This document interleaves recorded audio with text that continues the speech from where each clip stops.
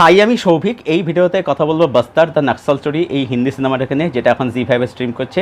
Directed by Sudipto Sen. না, ইনি সেই সুদীপ্ত সেন না, ইনি হচ্ছেন কেরালা স্টোরি পরিচালক সুদীপ্ত সেন। তো ছবিতে ফিচার করছেন আদা শর্মা, শিল্পা শুক্লা, ইয়াশপাল শর্মা সহ আরও অনেকে। তো ছবিটা হলো কেমন জানবো আজকের এই ভিডিওতে। আমাকে এক কথায় বলতে বলা হলে আমি বলবো অতীব খাজা, অতীব ভজা, অতীব জঘন্য একটা সিনেমা।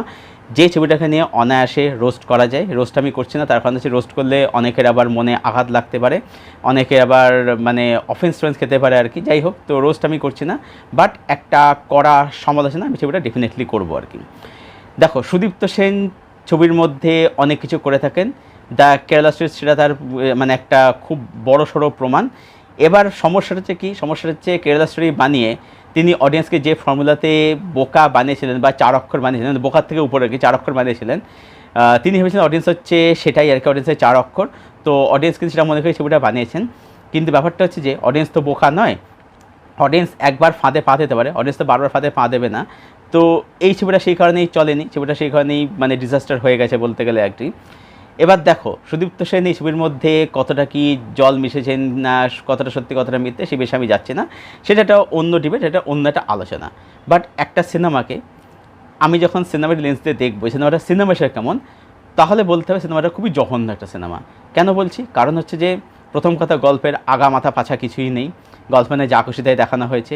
দ্বিতীয় হচ্ছে স্ক্রিনপ্লে নিয়ে, ন্যারেটিভ নিয়ে কিছু বলার নেই। কারণ হচ্ছে যে একটা সিনের সাথে আগের সিনে পরের সিনের একটা সংযোগ থাকতে হয়, একটা ট্রানজিশন থাকতে হয়, সেই জিনিসটা একদম নেই। যার ফলে স্ক্রিনপ্লেটাকে বা ন্যারেটিভটাকে এনগেজিং বলবো না টু দ্য পয়েন্ট বলবো, তার কোনো উত্তর নেই। ঠিক আছে, তো রাইটিং নিয়ে কিছু বলার নেই এখানে। আচ্ছা, পারফরমেন্স খুবই জঘন্য, প্রত্যেকের পাল্লে জঘন্য। দেখো, শিল্পা শুক্লা বা ইয়াশপাল শর্মা তারা ভালো অ্যাক্টার, বা তাদেরকেও বাজেভাবে ওয়েস্ট করে, ডিরেক্টর বাজে হলে যেটা হয়ে থাকে আর কি, তাদেরকে বাজেভাবে ওয়েস্ট করেছে আর কি। টেকনিক্যালিও একদমই ভালো নয় আর কি।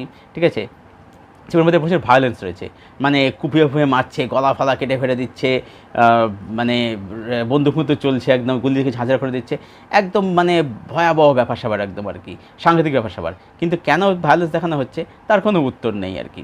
ঠিক আছে, তো সব মিলে এটাই বলতে পারি যে বাস্তা নাক্সাল স্টোরি মানে খুবই ভজা, খুবই খাজা একটা সিনেমা।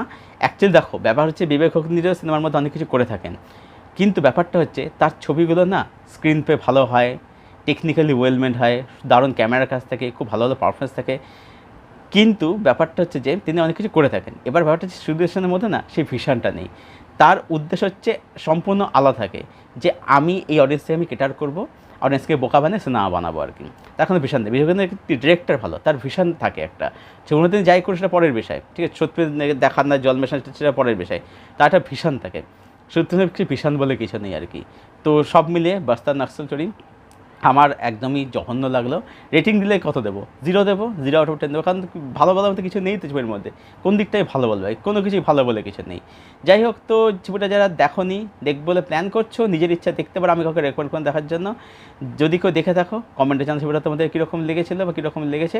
আর যদি আমার এই ভিডিও ভালো লাইক করে সাবস্ক্রাইব করে অবশ্যই বেল বাটনটাকে প্রেস করে দেয় এরকম আরও রিভিউ পাওয়ার জন্য। আর আমার সাথে যুক্ত দিলে ফেসবুক ডেসক্রিপশন দেওয়া থাকে, সেখান থেকে ফ্রেন্ডরা দেবে, সেখান থেকে যুক্ত পারো।